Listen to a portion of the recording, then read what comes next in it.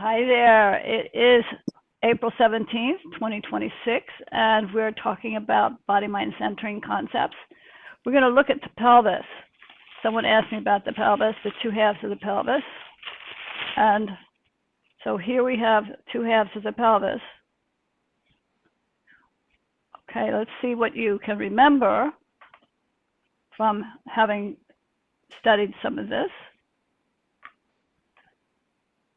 Yeah, so do you know what? Yeah, the pelvis is related more to the bottom, and the sacrum is related more to the spine. That's correct.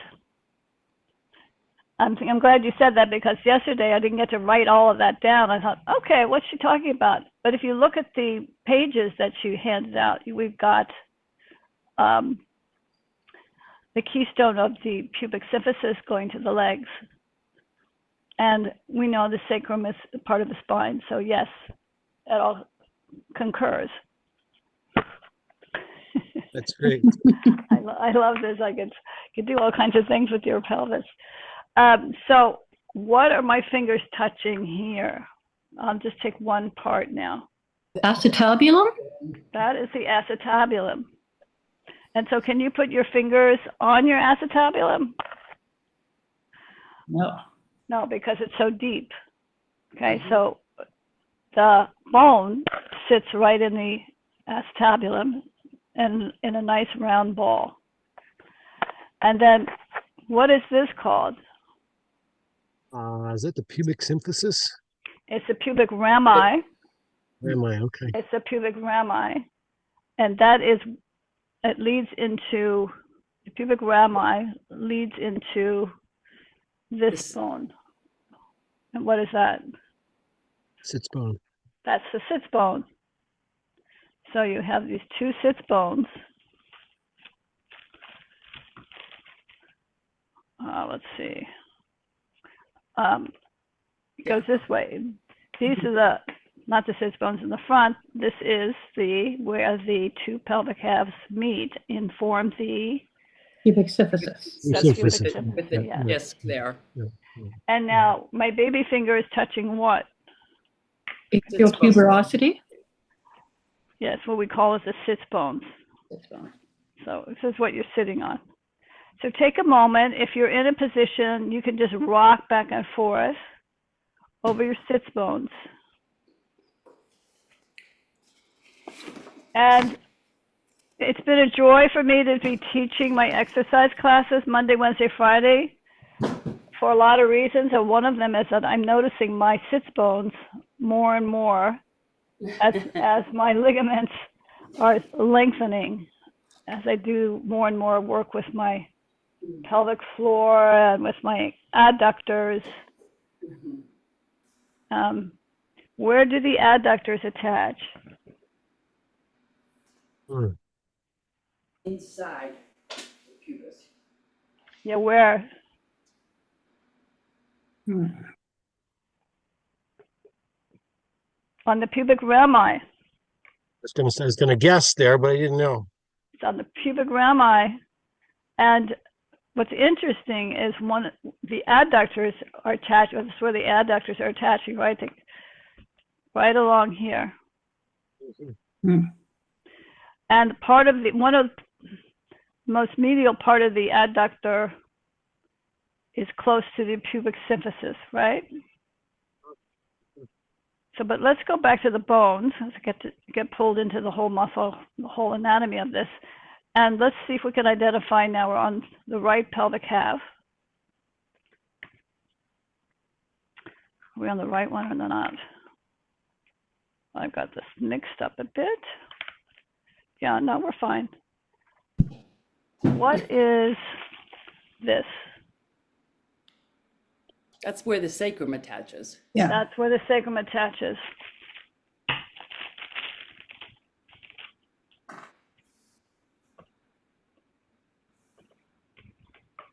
So it's on the right. You can see that the surface is very roughened. And so it makes a very large joint.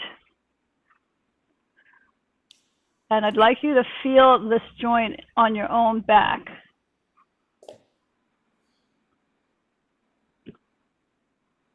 So you see if you can track it.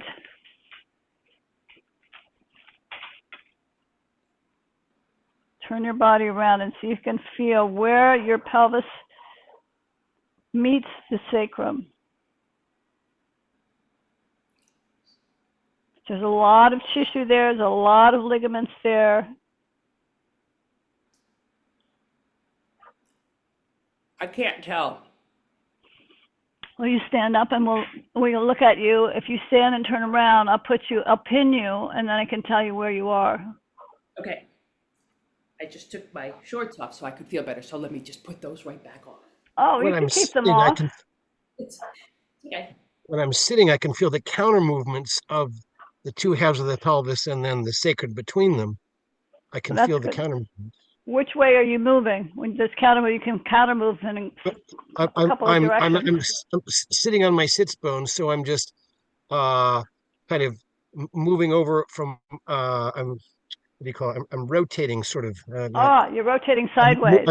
It's like I'm like moving my left side forward and then moving it back and move my right side forward with my fingers on my sits bones, so I can feel everything moving in between there.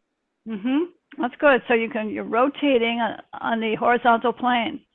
That's right. That's right. Yes. And then feeling the movement of the three of them, three bones. Okay. So let's look at Katie. Turn around, Katie. And you stick your shirt under your bra if you want. But yeah, your fingers are in a good place. Can you see? Yeah, I can see it. Oh, why don't you find the sacrum? Okay, here's the sacrum. Yeah, and that's coccyx. That's down here. Yeah. Okay. So now put your fingers back on the sacrum, and then move your fingers out laterally, and you should feel the bony pelvis in the back. Isn't the sacrum bony? The sacrum is bony, but the pelvis, depending on your particular pelvis, has a part that sticks out in the back. Oh, I see, where that round comes down in. Yes, and if you go just inside of that, okay, and you go up and down, it really is about 2 inches of a joint line there. Okay. Unlike other joints, this actually has such a large surface. Mm-hmm. I'm going to take out the pin so people can see this. And is it the same material that attaches that huge space as it would be between the other bones? Yeah, well, there's more ligaments. There's a lot more ligaments and fascia here. Because why is this so important? Well, it's the connection between the spine and the lower limbs. That's correct. And how that articulates. That's correct. And if there's anything imbalanced there in the delivery of the weight down to the body, to the legs, it will affect your whole body and your whole alignment. So, with the ligaments, when they come out, so if this is the flat area where they connect, right here, this is the flat area. Yeah. Yep. So do the ligaments come out? They don't come out. They come across. They come across this way. Oh, so what's between the two bones? Well, you have a little, you have a cushion, you have a fluid there, and you have, I think that's an interesting question. You have a joint capsule. Okay. And you have layers of fascia. Then you have some ligaments. The ligaments are what keep it together. And so I want you to feel that you have different range of motion in your sacroiliac. So Robert demonstrated that you could move it horizontally, which would be rotating the upper body around your... Well, when I rotate my body, it's like I rotate this way, and then my arms are like mimicking what my pelvis is doing. Like one part of the pelvis goes a little forward, and then the other goes forward. All right, so But feel that. So feel that you can move that way, that you're comfortable moving that way. And Robert, then let's you've done this before. yeah, a and little. then I want you to isolate the joint. So now you're going to try to move one pelvis laterally. And how are we moving that? With our leg? No, with your pelvis. So you have to focus in on the joint. Yep. Let's see, let me pin myself.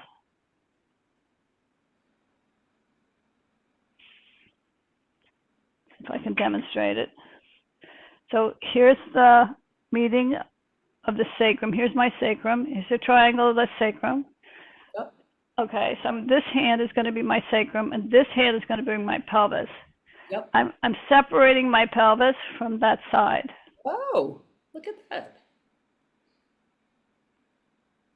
And then I'll do it on the other side.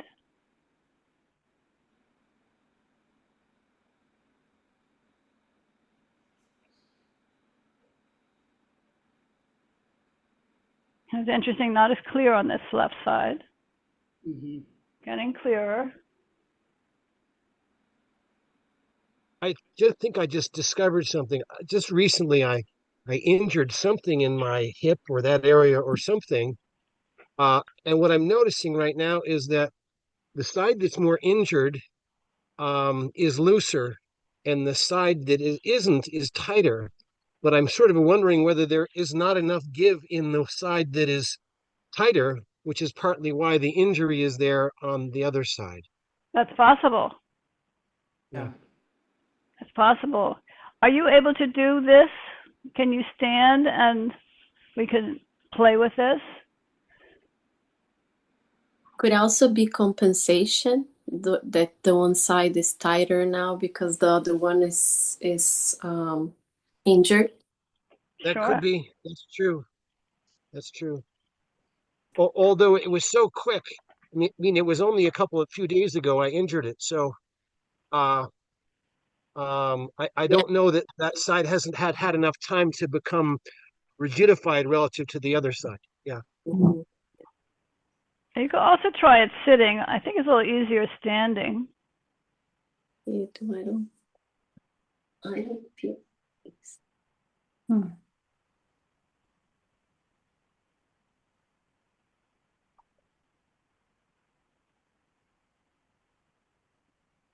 So you're aware of the 3 planes of motion? Yes. And what are they? So Horizontal, vertical, and sagittal? sagittal. Yeah, you just said the words, but your body wasn't doing that. So if you go forward, what movement is that? What plane is that? Vertical. No, that's sagittal. Oh, yeah, that's sagittal. You're doing sagittal, and rotation is horizontal. Transverse, yeah, horizontal. And up and down is vertical. So bend your knees, you squat down, and then straighten up. That's vertical. You're in the door. It's called the door plane. So see if you can play with the next range of motion here. What we just did was the horizontal. We tried to isolate each pelvis so it externally rotated from the point of view of the back side of it. How about moving it sagittally? How about moving the whole pelvis sagittally and the whole pelvis forward and back? But not your upper body, Charlotte. Okay, yeah. Upper body stays straight. Oh. Just the pelvis is moving.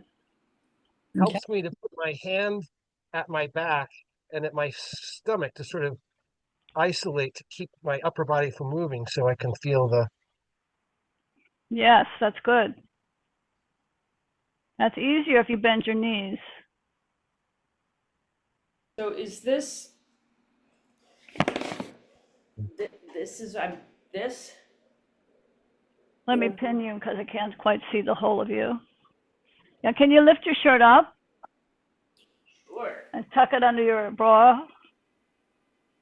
Hold on, let me fix these shorts. Okay. Yeah. So this way? Yep. Yep. Yep. Great. So another word for that is anterior tilt and posterior tilt. So when you stick your fanny back, you're tilting the front of your pelvis forward, so it's the anterior tilt. And when you tuck your pelvis under, it's called a posterior tilt. Okay. Hang on a second, I got a call.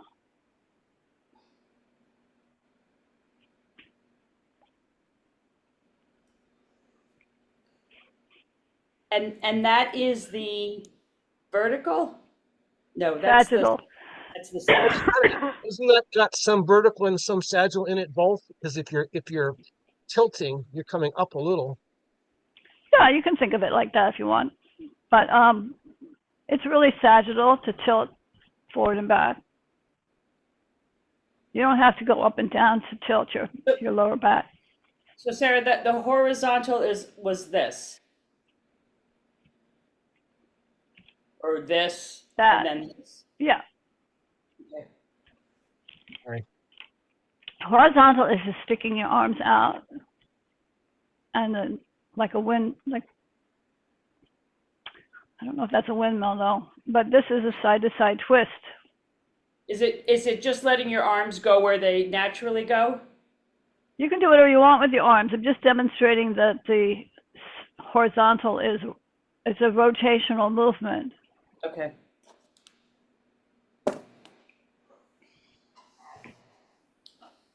And so is it a good thing to just like keep those guys loose and do that like throughout the day?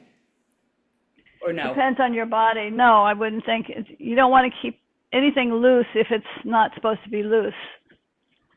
You want to have it just everything. There's different parts of you that need to be at different tension levels. Okay. And if you take the sacroiliac joint, for instance, and you loosen it, that may be a problem. Okay. So this is just for information. This is just to explore the planes and also to understand in your own body what we're doing. Okay.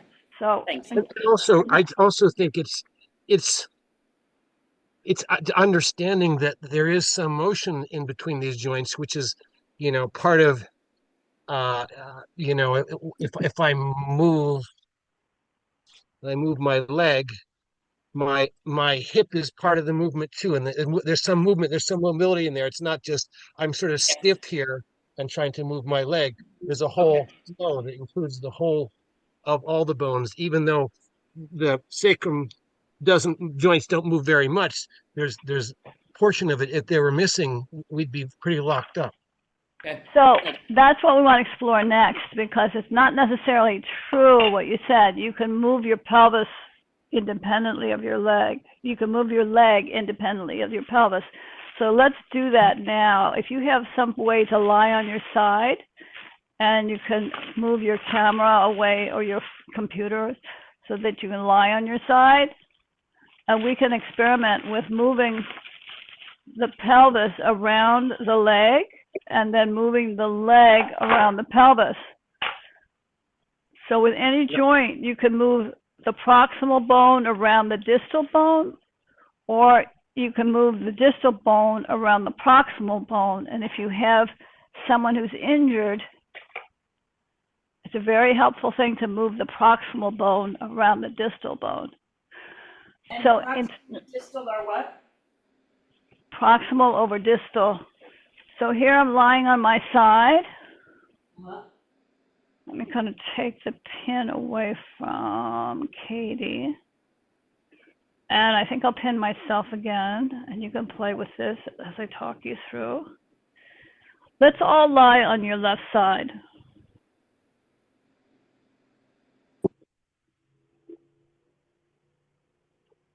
Okay, and now put your hand on your pelvis, on your right pelvis. And you can feel with your baby finger the line of the sacroiliac. You can feel the back of your pelvis. If you have that bone sticking out, that's the back of your pelvis.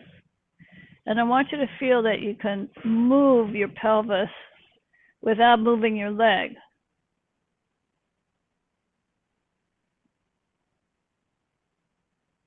So your leg doesn't have to move when you move your pelvis.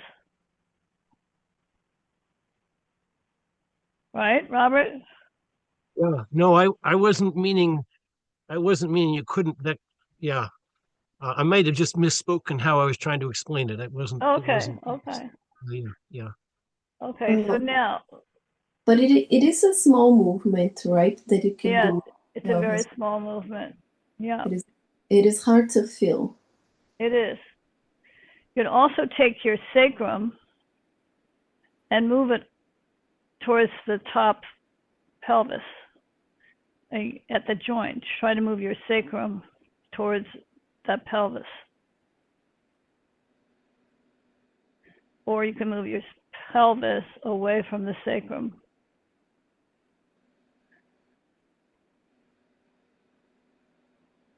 You mean with your hand?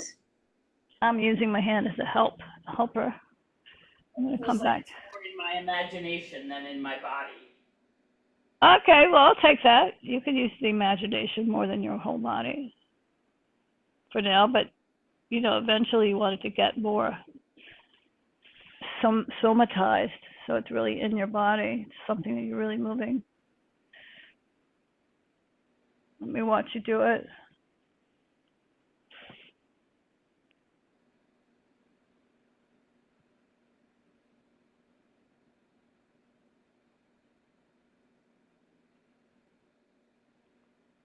So make sure you're not using the leg. This is really just isolating the pelvis. Let's bend your knees so you're not really using the leg.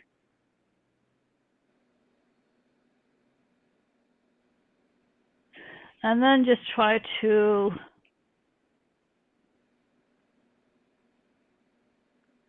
see, I'm going to do this. Remove the pin. There's no pin here. I'm going to add the pin. So it's hard to get this down here. I don't know if you can see it.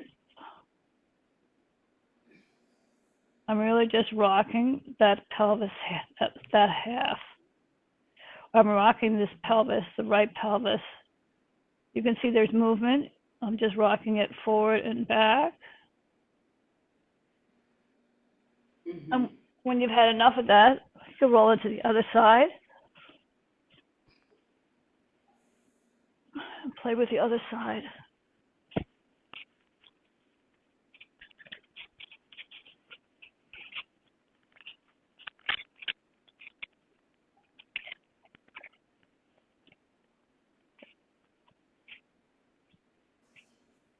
I don't know if you can see this.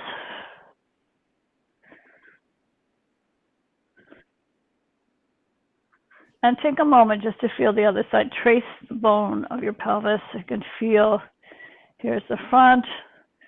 Walk your fingers around the top. And go to the back. It's called the posterior superior iliac spine. That's where it meets the sacrum. You follow your fingers down to the sacrum. Feel the joint. And then see if you can separate your left pelvis from your sacrum.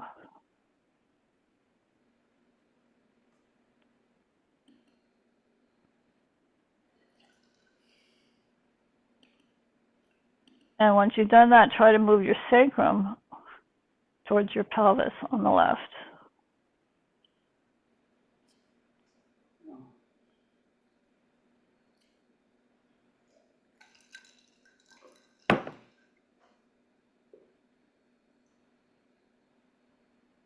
And then you could just trace the bone again with your thumb, your fingers.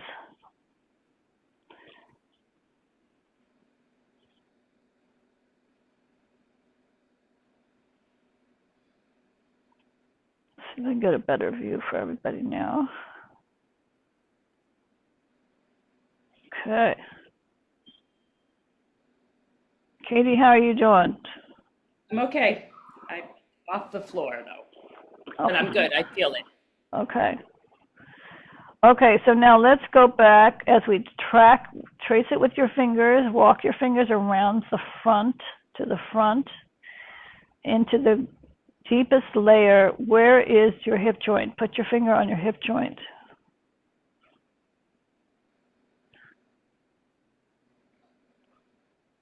Okay, so make sure you're really in the hip joint. I ask people where their hip joints are, and they often put their hands on the outside. That is not your hip joint. That is your bone. Your hip joint is in the crease, way down, deep. And see if you can lift your hip, your leg. At this point, you're lifting your leg. Just pin myself now. Speaker view. I don't know what's the best view for you. Trying this way. Let's move your leg in the hip joint. I think it's probably easier if I turn it this way. And now I can open my knee with my feet touching each other. My ankles are touching, but I'm rocking the knee.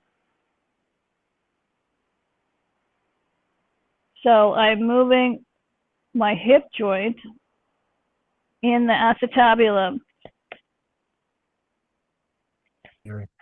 Right. One foot is on the floor and the other foot is sort of rotating on top of it. So that yeah, my ankle bones are touching, and I'm just lifting. I'm not even pulling my knee up. My knees are coming together, and then my knees are opening. So my foot is resting on the ankle of the other foot.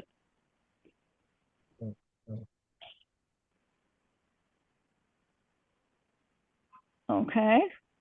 So I'm in the acetabulum. I'm going with my knee towards the ceiling and coming back down. I'm moving it in the vertical plane and down. Now, how else can you move your hip bone? Flexion, extension. Flexion, yep, and extension. So you can bring it in, and you can bring it back. And what else can you do? Internal, external rotation. You do internal and external and internal and external. Without moving the pelvis? Yes. Yeah. Your pelvis is on the ground, so you're not moving your pelvis. Okay. Now, what other movement can you do with your hips, with your femur? Circumduction. Circumduction. Let's do a big circle.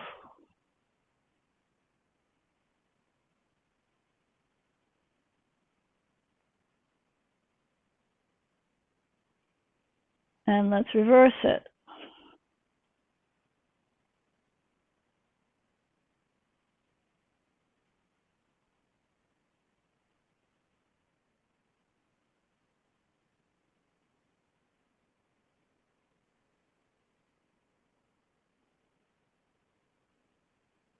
How's that feel? Good. Hips all tired. Uh-huh. Now let's try something. I want you to move your pelvis over your leg bone. So think about it for a second. Right now, you're resting your hips, your pelvis. Your pelvis is stable, and you're moving your leg, which is mobile. I'm asking you to keep your leg stable and move your pelvis over the leg. Over the leg, laying on. No.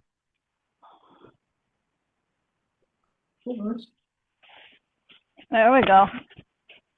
You have to, what's going to be stable in this movement? The femur. your leg is going to be stable, right? Yeah. So how do you move your pelvis over your, there we go. There's Vanessa. She's moving her hips over her Or femurs. Or Charlotte, cat cow. she's doing well, that's moving your back, but you could just keep your back, your plexus. You rock forward and back. Yeah. Do that again. I could pin you, Charlotte. I don't know if my camera's really sucky, so. But it's, yeah. Just the pelvis moving around the head of the femur. Yes, and you can also rock forward and back on a straight line. Yeah. Yeah, go a little slower and take your breath with you. So you breathe in, you breathe out. When you bring your hips back, exhale. Deep breath in, inhale, exhale.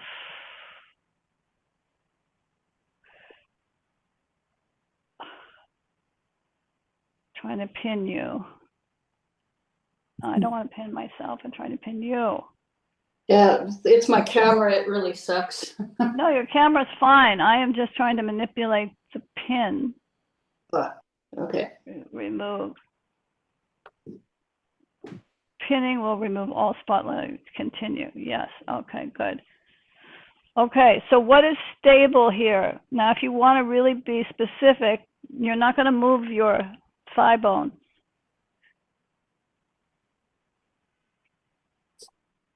Yeah. The femur is still, and the sacrum is excursioning over the top of the head of the femur. Not so the sacrum. You mean the acetabulum?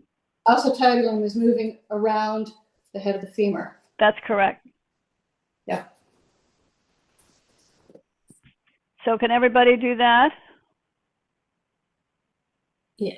So it's standing, it makes your body go forward and back? You can stand it. You can do in different directions, at different planes, in different positions. Mm-hmm. So yeah, Robert's standing and he's just bringing his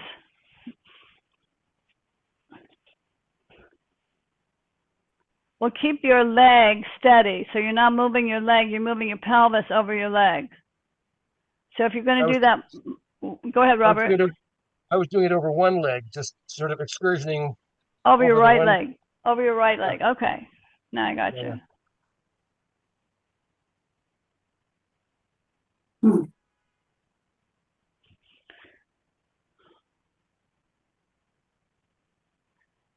And Katie, what about you? I can't see your legs. What Robert was doing without, I was just feeling the, what happens when I do that. In this hip, this hip is moving. I mean, this leg is moving and this one is balancing and the balance is a little jiggly.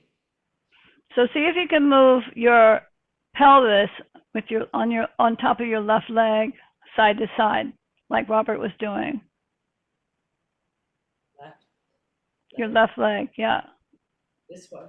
No, way? You're moving your leg now. I want you to move your pelvis over your leg. So you have to side bend to the left. That's to the right. Try to side bend to the left. Yeah. Okay, so now you're trying to do it with your pelvis, not your upper body. Oh, okay, I see. Okay. There you go. Yeah. There you go. Now you're moving your pelvis over your femur. Wow, there's a lot of different ways to go with this hip joint. Yes, indeed. So just take some. Go ahead. Versatile, that's all. Yeah, you want it to be. It's one of the most versatile joints in the body.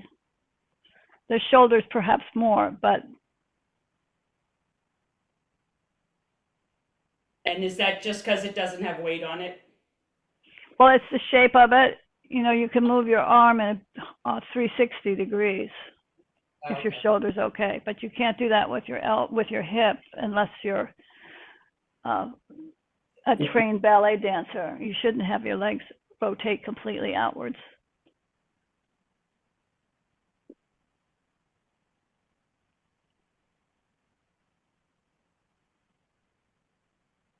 So take some time to explore, in movement. Are you moving your pelvis over your femur, or are you moving your femur over your pelvis?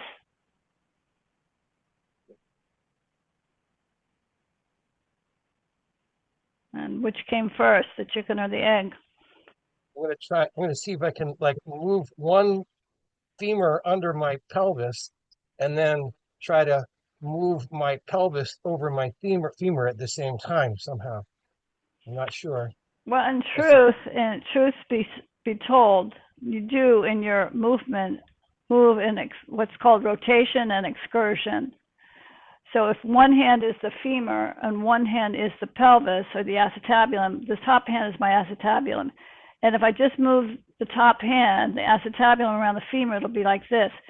But we really want to feel that your joints are flexible and that you move your femur. Once you've gotten this isolation down, you need to know what you're doing, right? You need to feel how to separate out the movement. Femur over the acetabulum over the femur and a femur under the acetabulum. Then you can play with this rotation and counter rotation. So in fact, in a joint, you have movement forward and backward and around at the same time. Right. And in fact, you have the stabilizing bone moving a little forward first and the moving bone following it. Those are different concepts that we haven't really discussed yet. I can feel it just in sort of simple pre-walking, almost like, I go forward and can't quite describe it, but I can feel those, they're very much working together. It's like a beautiful conversation. Yeah, that's nice.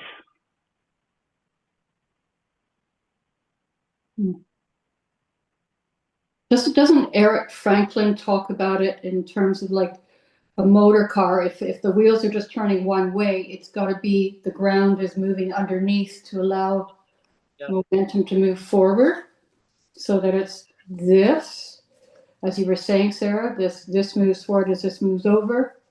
And if let me put you in view, Katie, because I don't have you in the gallery yet.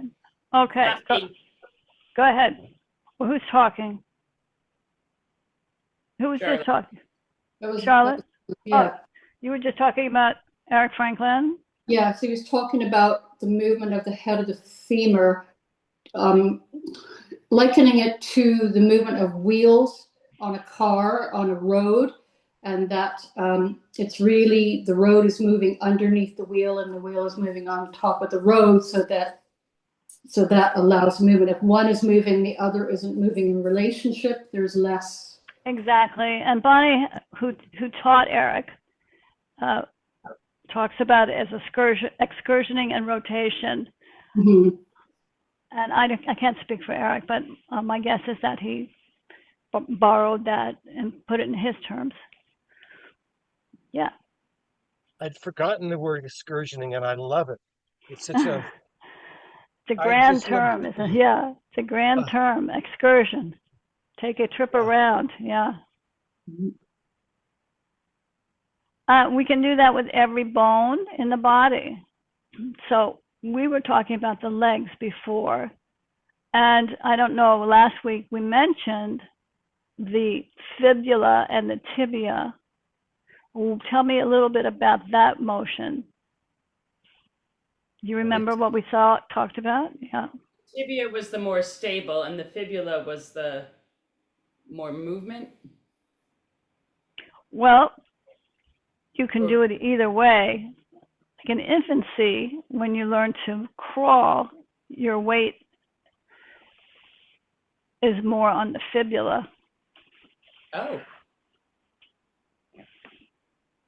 So it's out here, and you're pushing with your foot to crawl.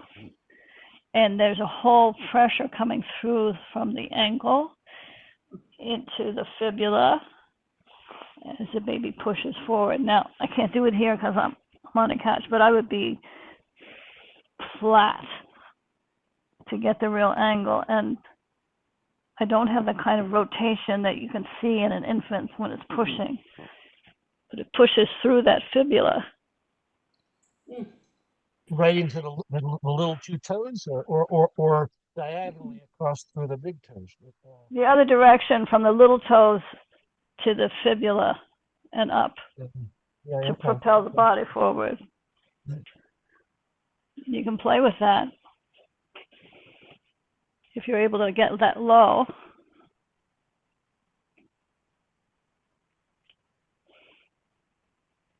From on the ground or from on the ground. From on the ground. Let's see.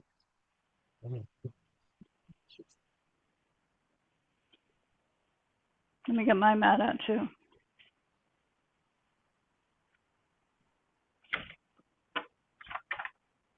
I can't bend my foot that way. Yeah, I mean, Much. if you have a chance to look at a newborn, you can crawl from day one.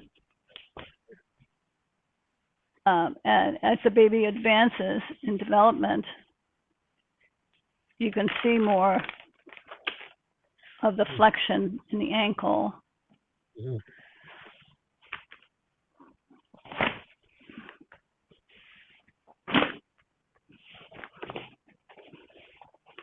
Life is so amazing, You see these little creatures growing.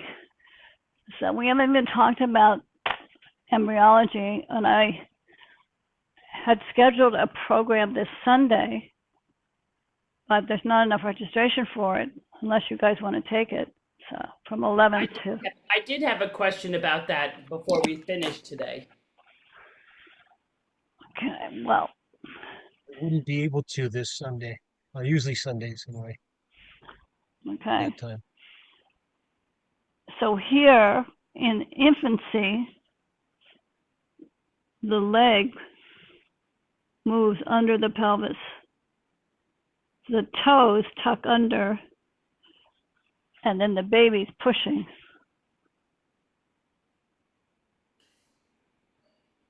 So right now, I have a 5-month-old granddaughter, and she's just at that exact stage, except that she can't put her toe down. Like if I put my hand there, she'll push off my hand. That's good. Push off your hand. Yeah. Put your hand there so you help her. Yeah, I am. And what were you going to say? No,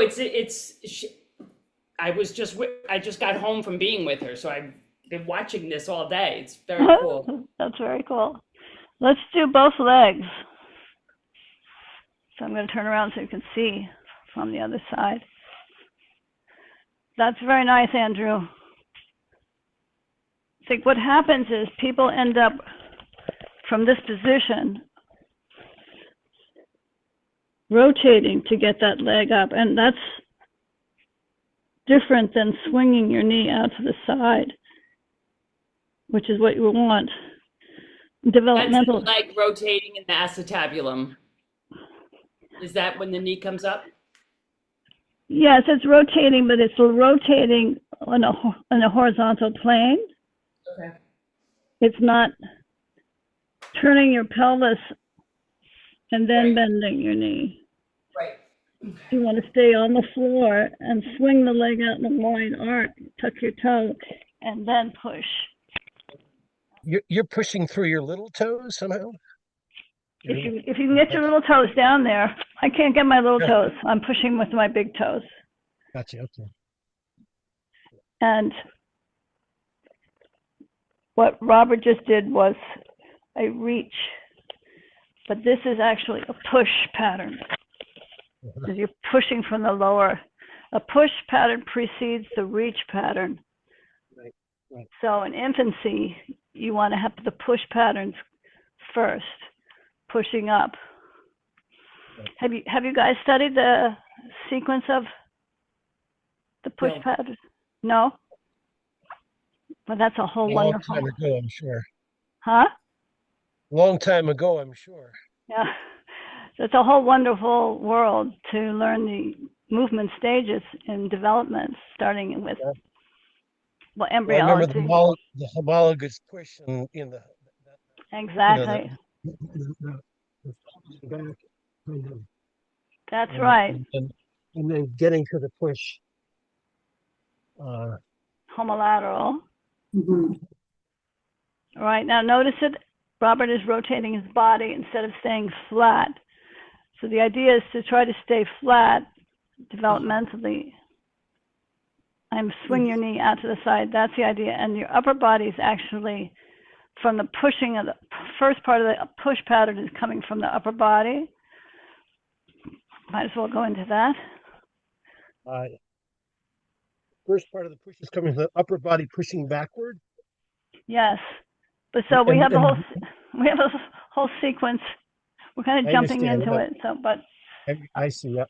So pushing backwards, and that sort of sets up like a recoil to push forward. Here's the push from the upper, and the baby's looking around, seeing where it wants to go, looking at interesting things out there, and then you push from the lower. You have to bring your toes together. I can't do it, but the baby's able to separate its knees so wide, stick its fanny up, and then push from its bottom. So the push pattern raises the. Yeah, sure. Okay. Now I should be propelling forward, but there's no way I can do that on my clothes and rubber mat. So, but your toes are pushing you. So it's like here, and you're pushing this way, and you come. Lift your head up, but the first part is to start with your head up. Sure.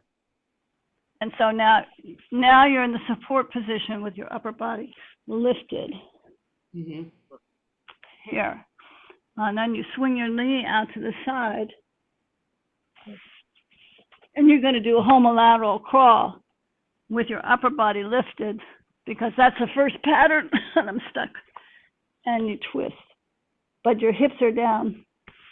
And Charlotte was almost there, except didn't have your upper body lifted when you were doing the crawl.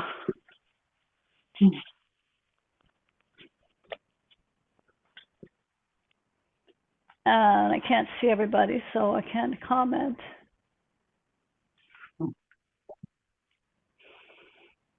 And sometimes people use knee pads, because it can rub the inside of your knees. Andrew, let me see you do it again. There you go.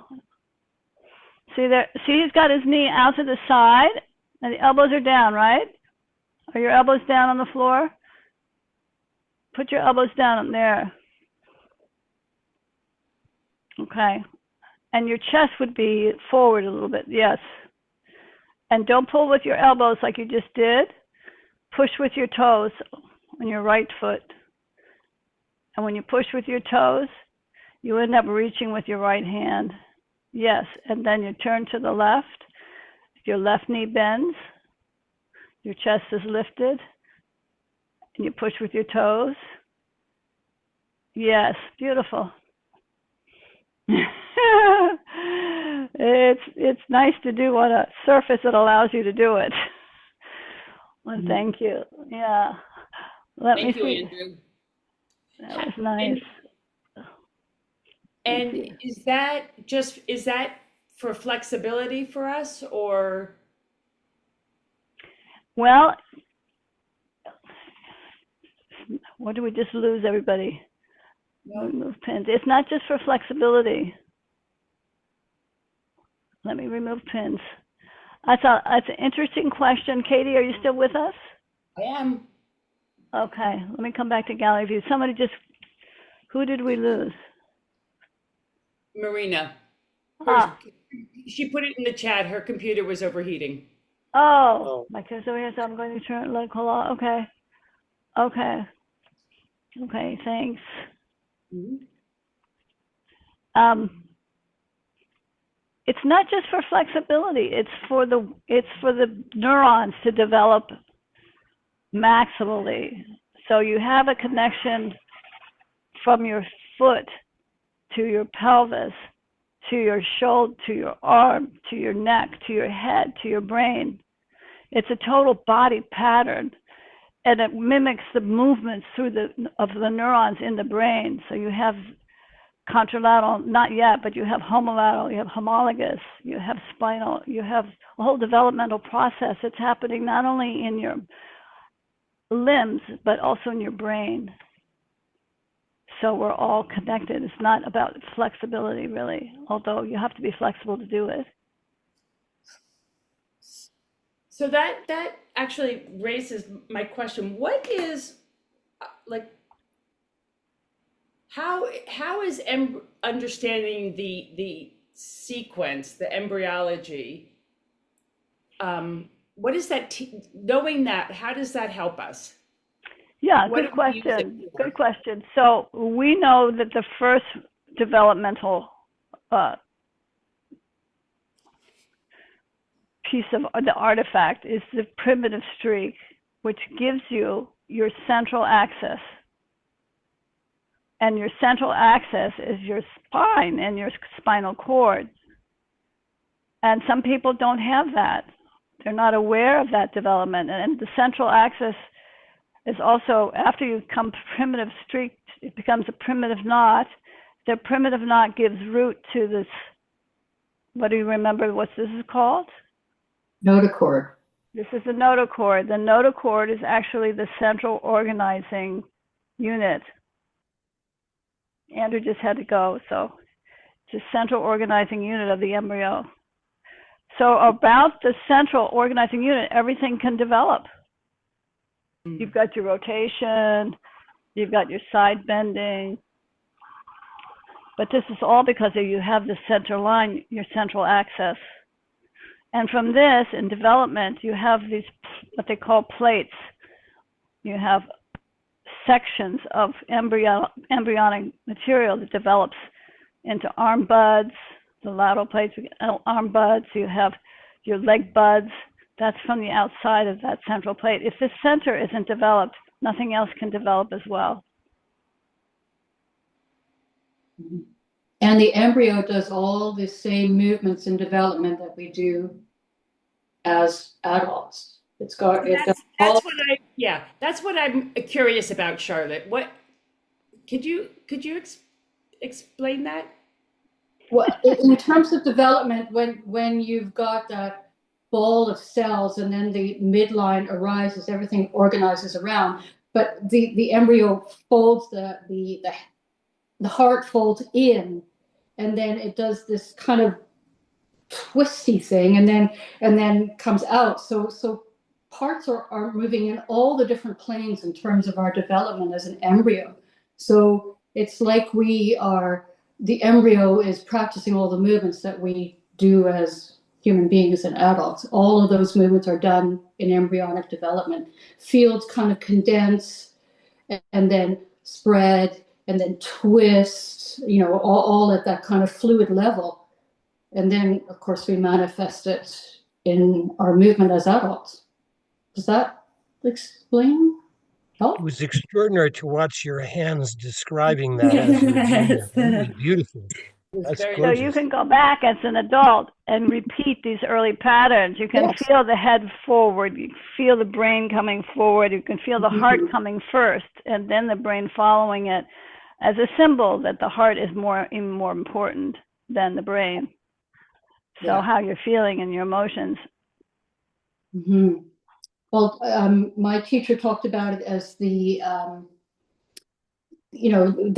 heart is the intelligence, and the nervous system is the intellect, which are two different things. Yeah, in fact, I talk about the three brains. Yeah, and the gut. Head, the heart, and the gut. Yeah. Mm-hmm. And that is manifested also in our embryology. Yeah. Who's it? Gil Hedley. If you look up Gil Hedley, the dance of the heart, he does this really beautiful embodiment of the development of the heart. He does, and there's also the spiral heart, which is before Gil. Yeah. Wonderful. What, the Headley, Headly? No, H-E-D. Hedley. Gil Hedley. Hedley. Gil Hedley. He's the founder of Somanauts. Oh, okay, thank you. Somanauts, called Somanauts. If you look up Somanauts, you'll probably get to Gil Hedley. He's got a wonderful understanding of the insides from the cadavers that he's worked with over time, and he's made a whole tour across the country with his slides of the cadavers.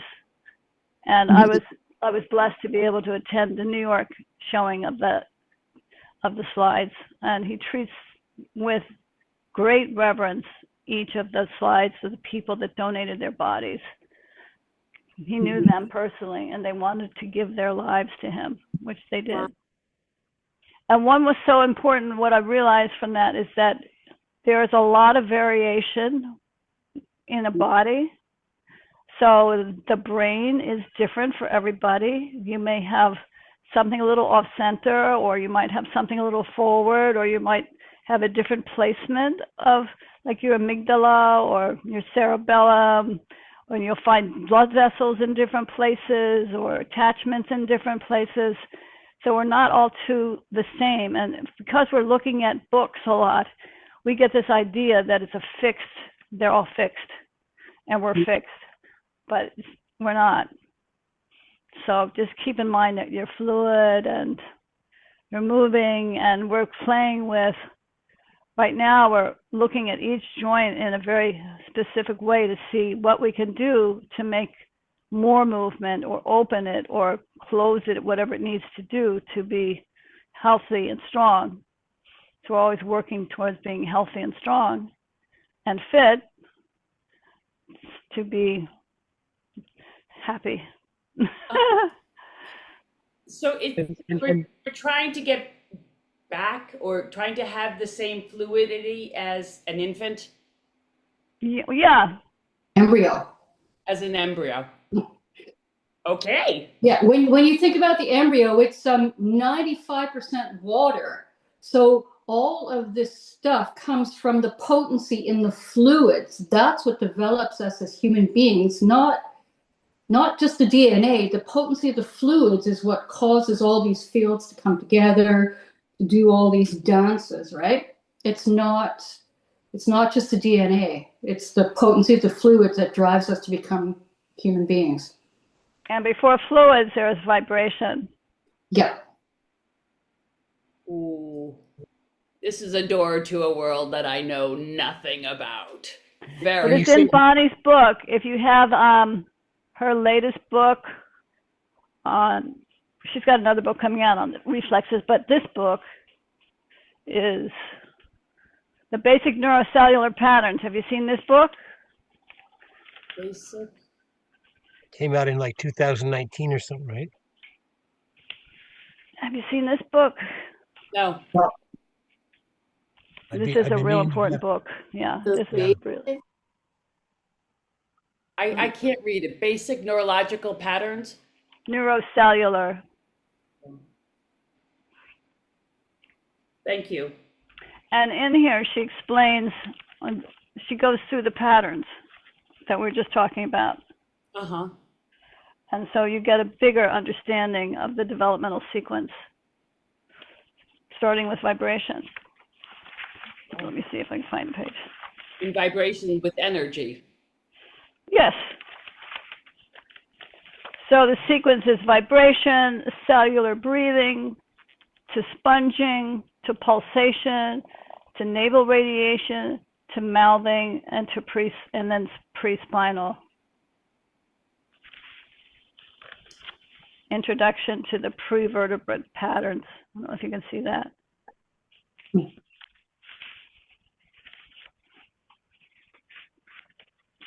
And then there are the vertebrate patterns that we were doing before, the homologous, the reach, the push, all those kind of things that where you move from more central to be able to differentiate into with your vertebrae and your arms and legs and so on. Yes, after birth. Then you have to deal with gravity and being in the world. So each section, she has It's a beautiful drawing. Here's sponging, which is one of the early vibrational type patterns. Here's sponging. Here's different examples of sponges and how they move.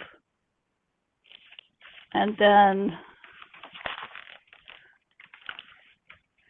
she talks about in humans, we're looking at the same pattern.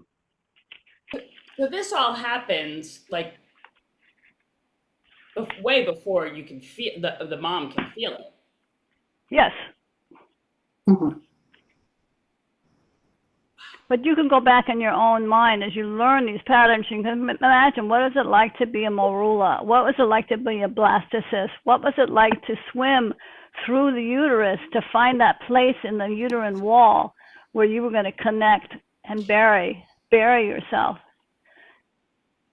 as to be encased in that warm tissue in order to develop into a fetus. And also that sense of falling before you go in and attach to the wall, right? The egg just drops through space. Yeah. Yeah, that was, for me, very emotional realization why I have a fear of the dark.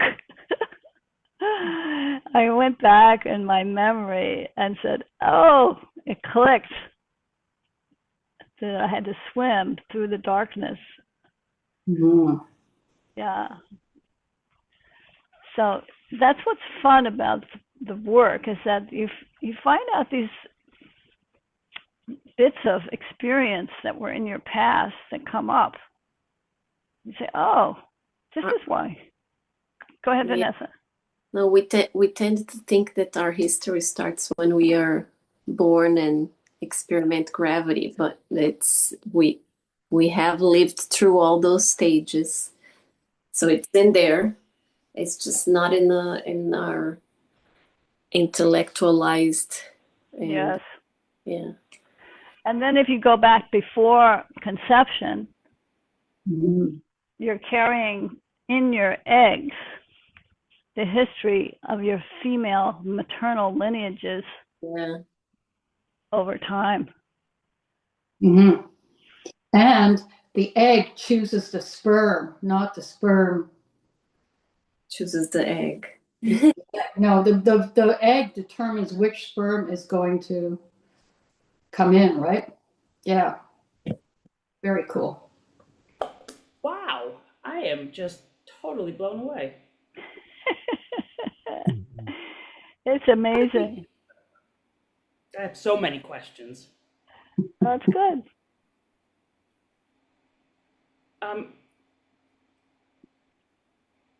Can I just ask one more really stupid question?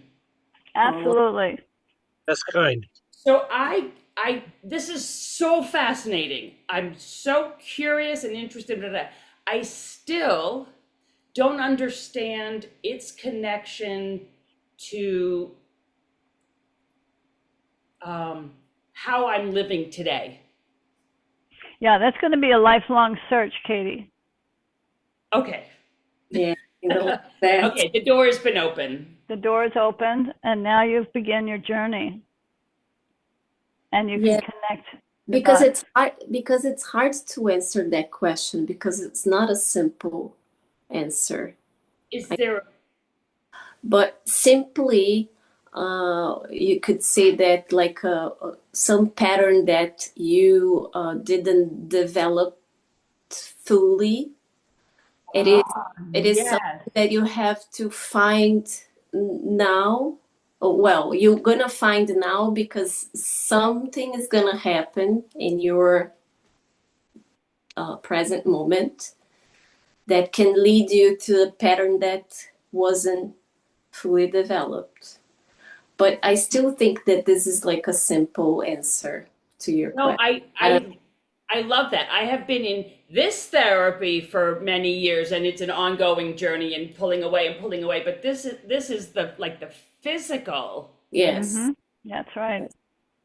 Yeah, that's what is fascinating. I think it's to really add the body, not add, because the body was there and we are not separate entities, mind, body, or Right. right? But our society, and or at least the one that I experiment, treat it as as separate entities, right? And we really push the body down, didn't, right? Yeah, like shut up, body. We got stuff to do. Yeah, like you're using your body. You're not a body. Your body's just there to move your head around. Yeah, Thomas Edison said something like, "The only purpose for the body is to hold up my head." But when you add the body, then it becomes whole. If you're just moving with this, the embodiment is where it starts to, you feel it from inside and becomes whole, or at least that's what it feels like for me. And if you separate it, then you're not whole. Wow, wow, wow. Wow, it's like a light bulb open in your brain. It's like I have been a Tai Chi practitioner for 28 years, and I can move energy. It's so amazing. But this has never been this has never Rust. No. But I was thinking today. That's why 67 countries are represented in this seminar. People are around the world waking up to discovering their bodies and this wisdom in their bodies. Yeah, and every time I thought, because I had danced through my, younger life, and then all the time, connected to movement and interested, I thought that, when I started touching to somatics, I knew something. Yes, of course you would think that. Every time I practice, or I touch my pelvis, or I touch my feet, I'm like, I know nothing. I don't feel this. I don't feel that. I cannot feel this movement, or so it's and like Bonnie said, and you guys also touched up into last class that I wasn't here, but I watched the video. On how the cells will teach the brain. The cells of your feet will, over time, become aware of themselves and teach you this connection, because it's not something that really starts in anywhere. It's together, but we kind of cut the connection.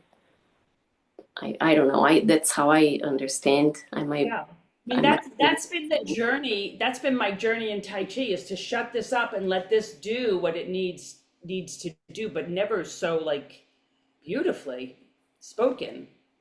Oh, thank you guys so much. Yay. It's very exciting to listen to you and feel your body open and your mind open to all these new experiences. That's what happens with everybody. Over and over. Yeah, throughout. I mean, I've been doing this work for more than 50 years, and I've always discovered something new. Mm-hmm. It's an intangible gaining. Yeah, I think, yeah. But the reality is very real. It's very. But it's tangible and but very tangible. I keep thinking about a baby and developmental movement. When the baby is down here, and its attention is drawn towards what's going on in the world. It's interested, what's going on out there, and how do I connect with it? And then the body has its movements and so on. And so how we get from here to there and what we're interested in and so on, and what gets in the way of that is all influenced by how we develop and all our developmental patterns. And so when there's patterns that are missing parts, there can be patterns of our lives that are also missing parts too. And so that's one of the fascinating parts of it. So, yeah. Yeah, and if you're pulled out from your mother as a vaginal birth, or if it's C-section, that makes a difference, because you don't get to do that push coming through the canal if you're C-section. So you miss that whole pattern of flexion extension through the neck. Plus the microbiome and the organelles and the microbes that are on the head that go through the vaginal passage. Yeah. Well, it's all fascinating, and it's now 6:15. So thank you guys so very much. Thank you, great. Katie, for your Thank question. you, Kate. It really makes us rethink. Yeah, it does. It's helpful. Katie, I don't have your last name. Brennan, Brennan. And this was the best $10 in a long time. Thank you guys so much. You're welcome. We'll see you next time. We'll see you in class. And just reach out to each other with your fingers. Pretend we're touching in a big circle. Take a couple of deep breaths.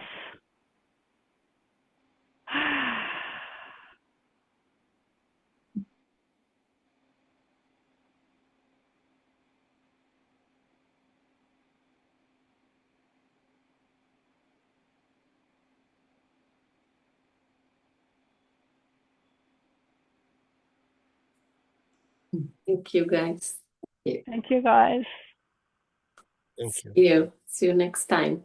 See you next time. Thank you. Thank To you. everybody.